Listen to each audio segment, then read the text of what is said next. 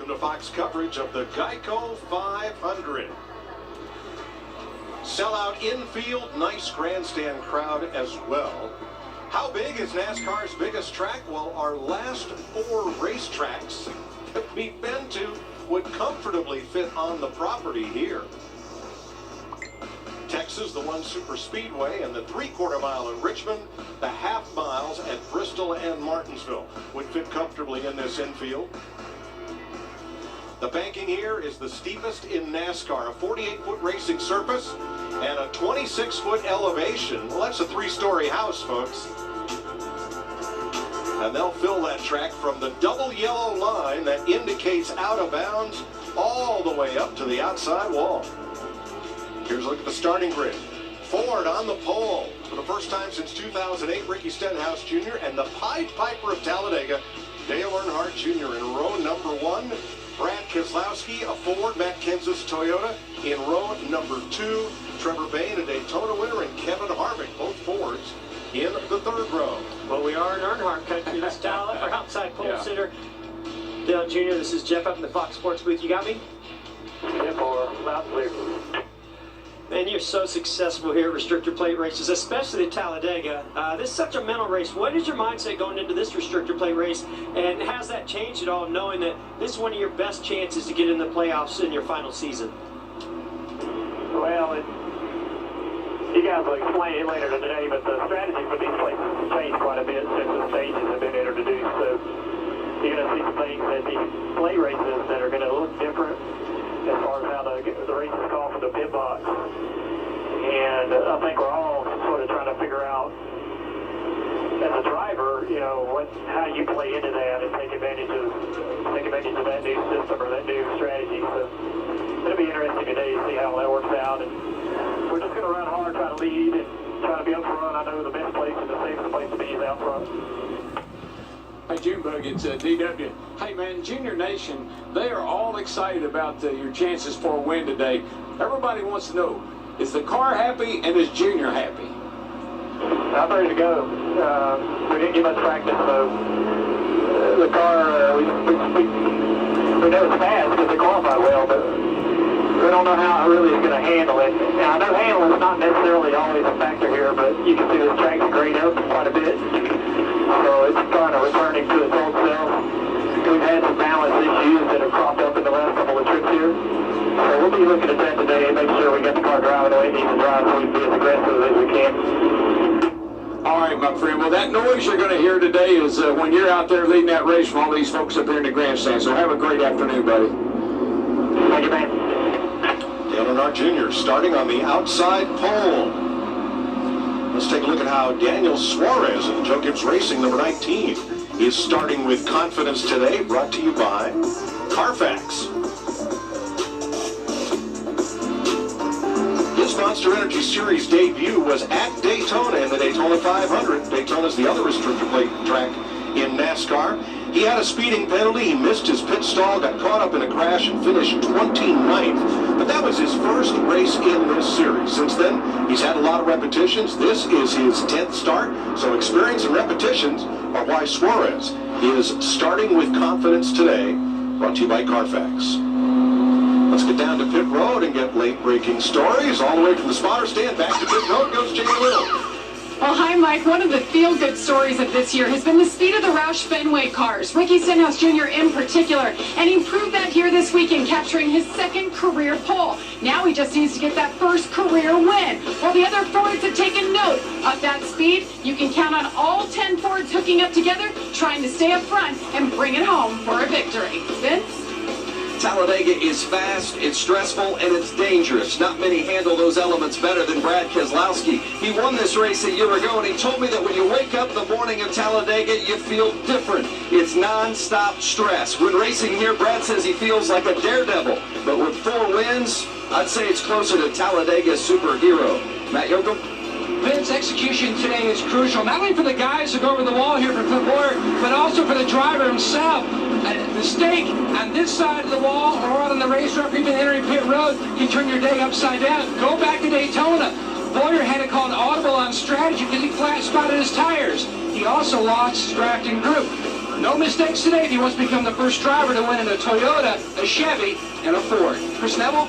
Well, typically Daytona and Talladega are playgrounds for the veterans. In the last 10 years, only Trevor Bayne and Brad Keselowski won prior to their 100 Cup career start. Well, Chase Elliott, he's looking to add his name to that list. He came close last year, and he was just a couple laps shy at the Daytona 500. His plan today, get to the front quick and control the pack. Larry?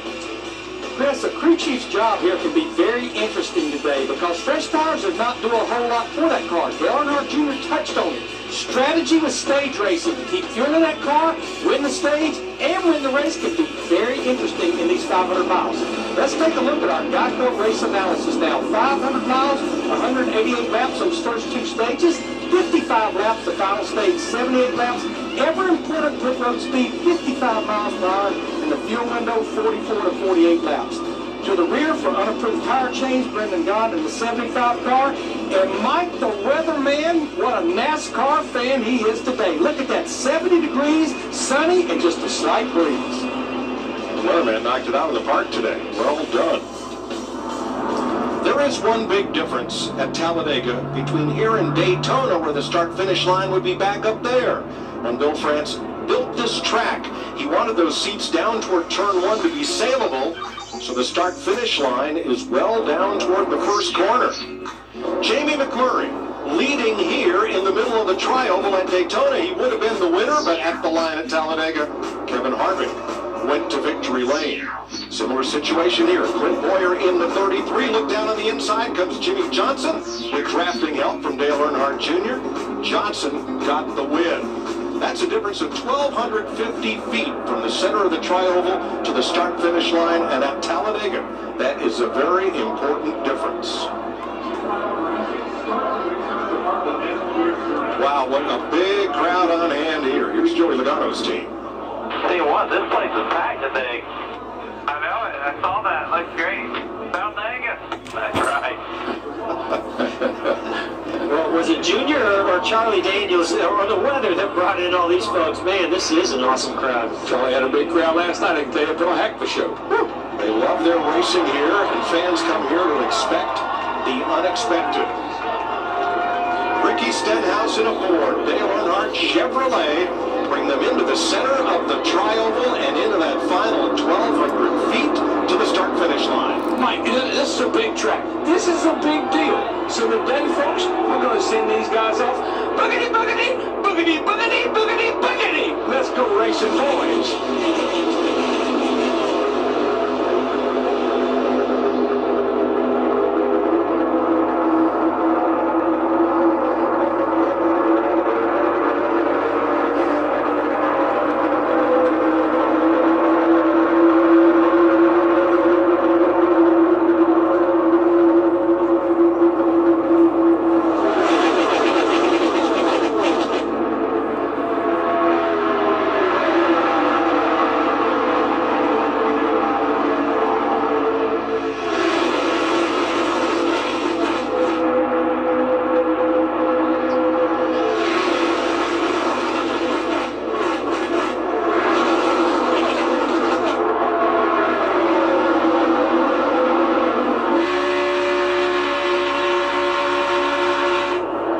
Stenhouse has speed. He leads lap 1. Dale Earnhardt Jr., though, forges ahead on the outside, going into turn 1. I was going to say, I don't know if he's going to lead lap 2. Dale Jr. got a great big push there. They're already 3 wide through 1 and 2 there on lap 2. It's funny how it works, though. You can get up to that guy, but getting around him or getting in front of him, well, that's a whole different challenge. That's the first lap Stenhouse has led this season.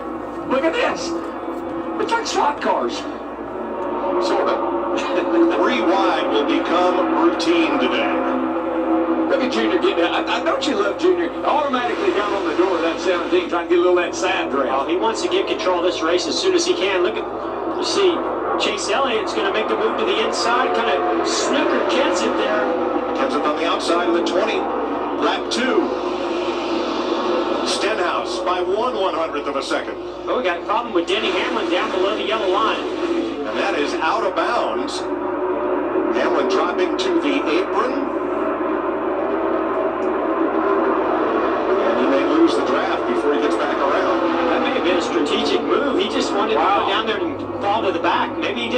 saw, and I don't blame him. Look at this. Sort of a Chevy Ford battle right now. The two Fords on the bottom and two Chevys up on the outside, but now the 21 is in behind the 88. There's actually 4 Fords in a row there if you go back behind Stenhouse, so a lot of Ford contingent there up front right now. Here comes Junior on the left trying to get the lead. At the start of the race, you see Danica Patrick give David Reagan the boot there. Yeah, I'd be concerned about what kind of damage that may have done to the inlet there for the radiator. Cooling's such an important aspect of this race. Well, one thing I'm seeing right away here, Mike and Jeff, that inside is the way to go. Dale Jr. can get up there, he get the momentum on the outside, but he just can't get the pass. Well, DW, look how they're already 3 wide. So that third lane is actually moved, the one moving. That's going to break up that line that Juniors is leading. Stenhouse back to the bottom. The green car, new sponsor for Brad Keselowski. Oh, I love that. Penske number 2. Love that move right there by Kyle Busch. He comes from the bottom lane, jumps up into the middle lane. Right now, you think that Ricky Stenhouse is Brad Keselowski's best friend? You just wait till somebody gets a little challenge and he'll go with them. Stenhouse back to the stripe, retaining the lead. Now, Denny Hamlin still at speed, but in the back of the pack. Jamie?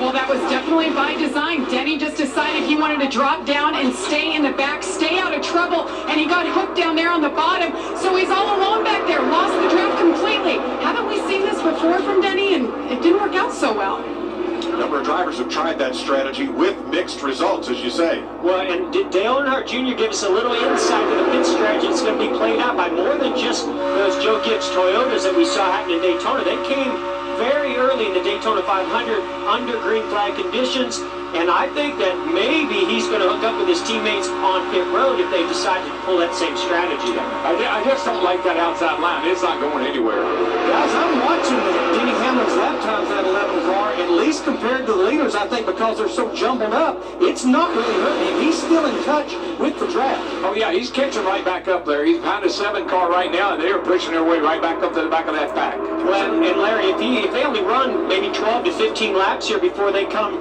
to pit, you know, that he's not going to get that far behind. And actually, there's an advantage getting on pit road when you're not in the middle of a big pack. Yeah, the window opens to get to the end of stage 1 here in about 8 to 10 laps. Well, now, 3 I can handle. 4, I don't know. Look at Bain. He's caught in a trap. And Ryan Blaney, the 21, moving up 4 wide. Dillon on the outside. Blaney, then Trevor Bain in the 6, Paul Menard in the 27. There's plenty of room for that here, but they're going almost 200 miles an hour. Yeah, you just can't, you know, you remember what I told you last year when we were here? A guy second-guessing another guy, second-guessing another guy? That's what you do. There is plenty of room for 4 wide here, but this is also when incidents happen and cause that big wreck. When you do get 4 wide, you can be there for a few laps. You don't want to be there lap after lap. Great aerial coverage, thanks to Goodyear. Jimmy Johnson moving up in the 48. Did not qualify well in time trials yesterday. Started 30th. Biggest movers through the field. Well, David Reagan, Eric Almirola, 2 fellows we looked at as long shots, but certainly contenders today. They lead that list with Johnson, Blaney, and Cole Witt. You think about Almirola. He won the race here yesterday, and he is a really, really good restrictor plate racer. Here comes Logano to the outside, trying to make something happen up front. Yeah, maybe we could see those guys long shots. Look at this shot from behind Dale Earnhardt Jr. to Joey Logano. He knows Logano is one of the best out there on a restrictor plate track. I wouldn't be surprised if you see those two get connected and go to the front. I love Logano. If there is an opening, he never hesitates. He goes for it. Kevin Harvick to the outside in front of Logano.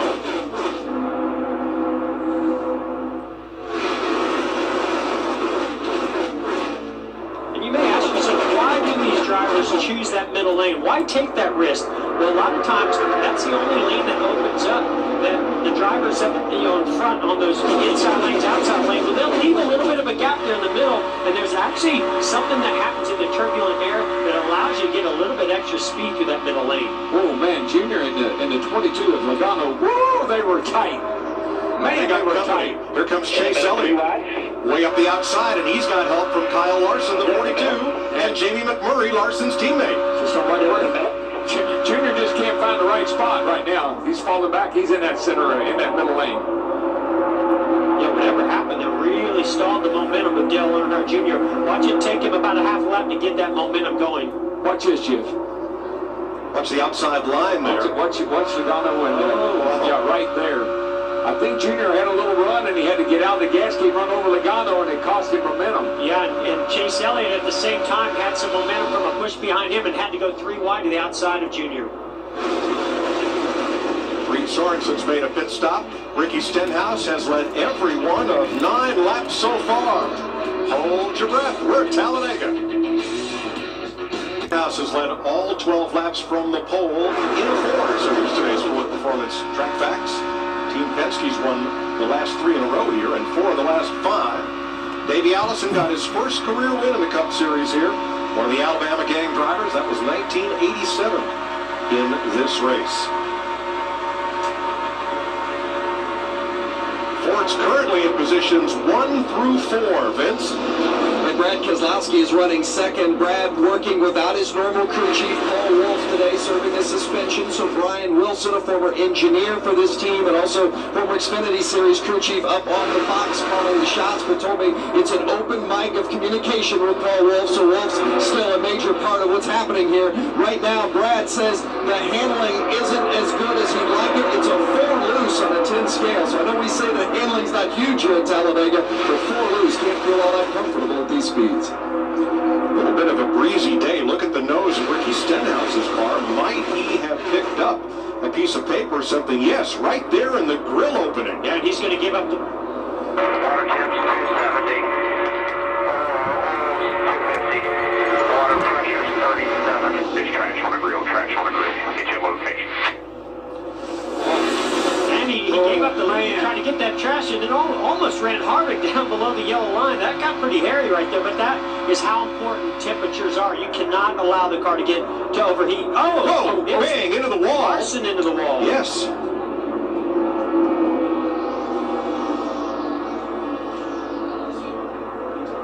Now, just prior to that, watch Chase Elliott in the 24 in Hooters car at the top center of the screen. It's all the way up through there, Mike. Look at Stenhouse trying to get down in behind the 2 car. He couldn't quite make it, and the 4 was there. Harvick covered the spot in the 4. And Stenhouse backs up to 5th.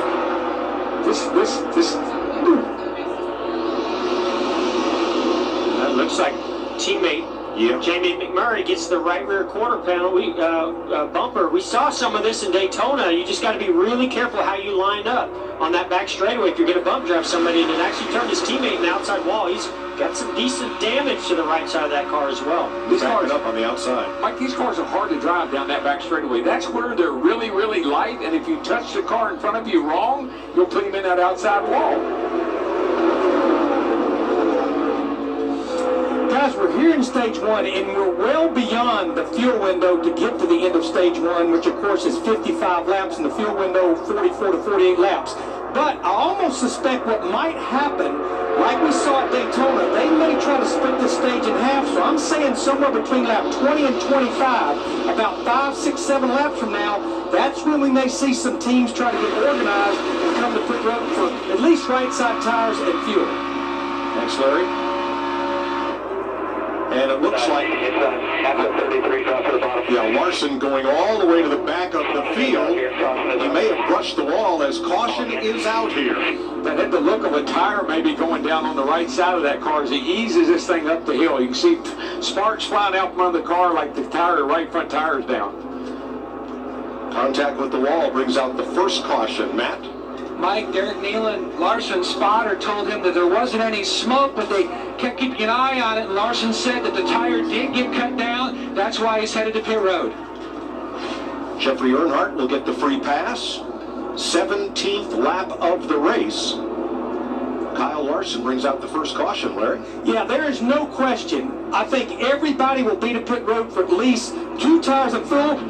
But Mike, this can be a disaster because you're in the pit such a short amount of time. You're pulling out as other drivers are pulling in. I get a little nervous about a stop like this. Wow, good bit of damage on Larson's car.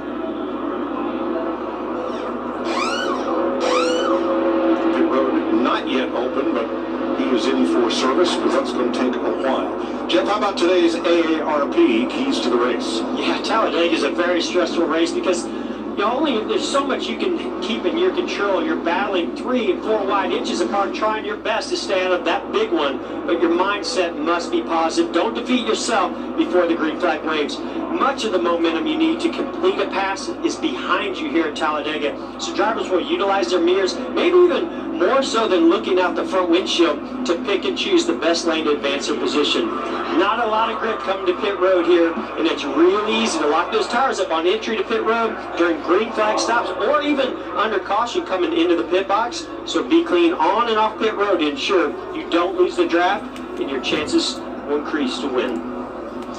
Thanks, Jeff. Kyle Larson is on the 5-minute damaged vehicle clock. They've got to get that repaired and off pit road within 5 minutes to stay in this race. Kevin Harvick, currently second, had this to say about Ricky Stenhouse. I didn't know that the 17 was going to try to get back in there, Rodney. I wasn't happy let him in, but he was way out there, and all of a sudden he just kept coming down. I didn't know what to do and went off. I didn't know anything about it either. Nobody said anything. So, unless we know, we don't know what the hell's going on. So. Well, I know what almost went on. Disaster. They avoided one there. Somebody had a plan, but nobody else knew about it. Pit road is open. Here comes everybody. Matt. Looking for the happy face. Kevin Harvick's guys are up on the wall. Could be some different strategies here. You're going to see him topping off his fuel on the floor of green windshield. Part of the race away in the 13, Chris. He's only run into the top 5 most of those 18 laps. First time he's had that car in the back. Says it feels pretty good, but he just can't shove. Vince? Brad Keselowski, that 2 car just took fuel only. Jamie? And his teammate Joey Logano needed a little bit more grip. They put fuel in it, guys. No tires for Clint Boyer. The first 7 off pit road, no tires. So Boyer is the big gainer on pit stops. Ryan Newman, A.J. Allmendinger, and 3 others stayed out. Keselowski are your race leaders right now. Let's check with Larry and get today's Liberty Mutual Insurance Worry Less strategy. Mike, we know crew chiefs get very aggressive with tape on the nose. It hurts the aerodynamics. We saw earlier our pole sitter, Ricky Stenhouse Jr. at 17, having to work to get that trash off the grill and lost the lead by having to do it. You can see it right there. So, where you don't have to worry about your gauges, you don't have to worry about the water temperature, you're busy enough in there.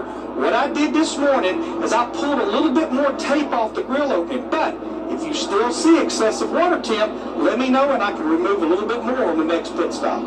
It's one way the crew chiefs help their drivers worry less at Talladega.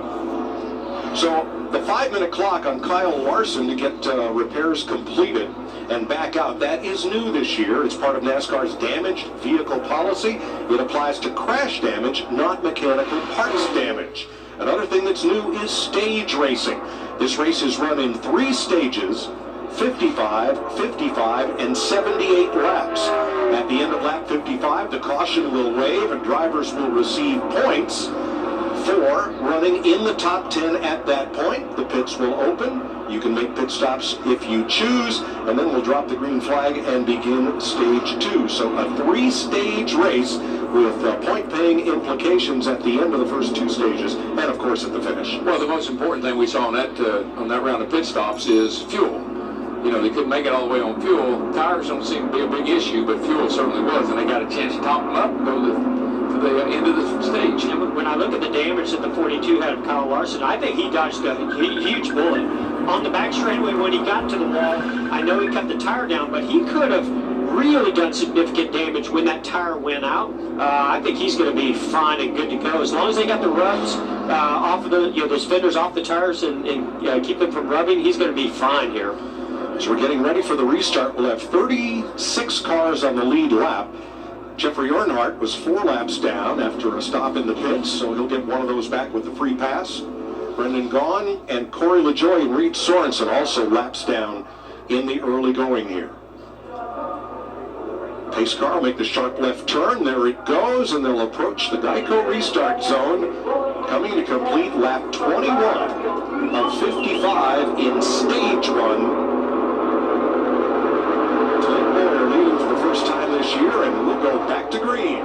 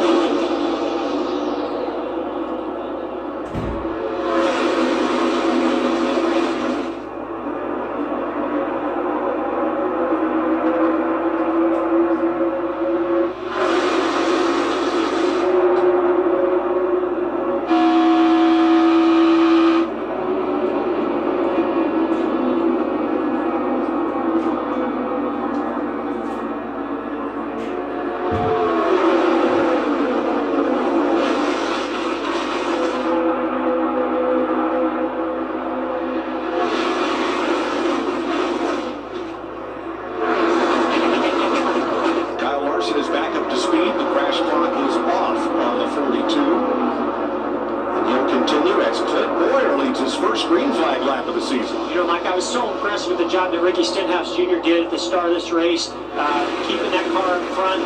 I know he had that problem with the trash on the grill, but look where he's at now. Now the work really begins. He's got to be patient. He's got to make smart moves, really watch those mirrors, listen to that spotter, or maybe follow Dale Earnhardt Jr. to the front. Well, we know his car was good out front, clean air, no problem, but get back in a 3 wide here, and he's in the middle. How's the car going to handle in this kind of situation?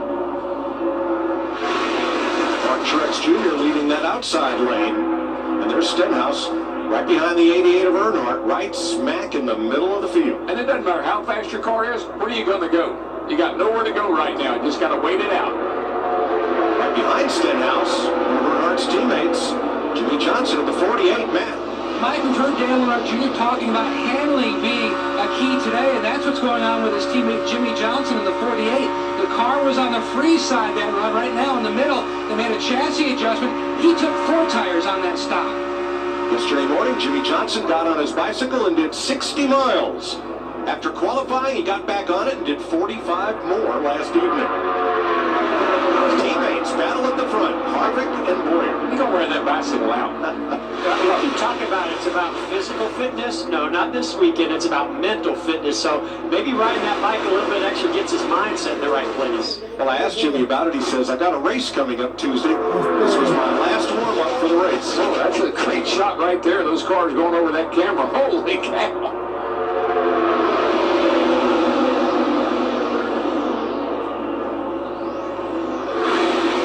What do you do when you have 2 teammates up front and neither wants to give up the lead? You race for it. That's what they're doing. I mean, they're both of the, even as teammates, this is the best position you could be in. You're controlling it from the inside line or the outside line. To the yellow Ford of Joey Logano, inside row, 3 cars back. Jamie? Well, you guys mentioned he's without his crew chief this weekend and next because of a penalty last week. Well, he has 2 gentlemen atop the pit box today helping him with strategy and calling. The guy in the red shirt inside, that's Miles Stanley. He's listed as the official crew chief, and although this is something he wants to do in the future, he is the race engineer, and that is his focus today. You see Greg Irwin on the left. He is the Xfinity Series crew chief, called the race for Joey yesterday. He's calling strategy, and on that last stop, he made a wedge adjustment to that 22 car. No tires, just helping that grip. That's a great call. I think Greg Irwin calls a great race. So to bring him in to be that strategist or at least assist with it, I mean, you couldn't ask for a better guy to be on the box than that. I tell you what, you couldn't ask for better is that these Fords and now the Toyotas are surfing here a little bit. Here comes Kyle Busch up on the outside here, but the Fords have really been hard to get around here in the early going. Well, we saw Mark Truex Jr. go 3 wide around Ryan Blaney, and who saw that coming? Kyle Busch. He moved up in front of him, and watch, you might see Keselowski do the same thing and go to the middle to try to get around Boyer. Keselowski's got him up. Keselowski's kind of been hung in that second spot. He's a good prisoner, and we don't get out front yet. Take the middle, take the middle. Back to the bottom, all clear. Clint Boyer's radio. 3 wide behind the 2. Ooh, Harvick going to surge back in the 4, but side drafting him is Kyle Busch in the 18, and he jumps ahead. Yeah, Kyle went right down to the quarter panel on that rear bumper. That's the sweet spot if you want a side draft to get some momentum. They might take Brad Keselowski 3 wide. Yeah, they do. They got a little touchy.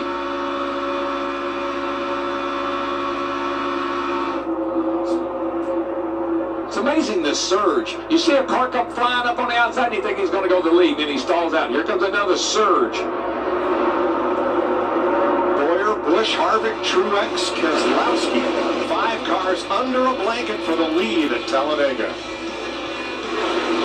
Now led in all but 2 of his last 19 starts at Talladega. He is up front with Martin Truex Jr., a pair of Toyotas.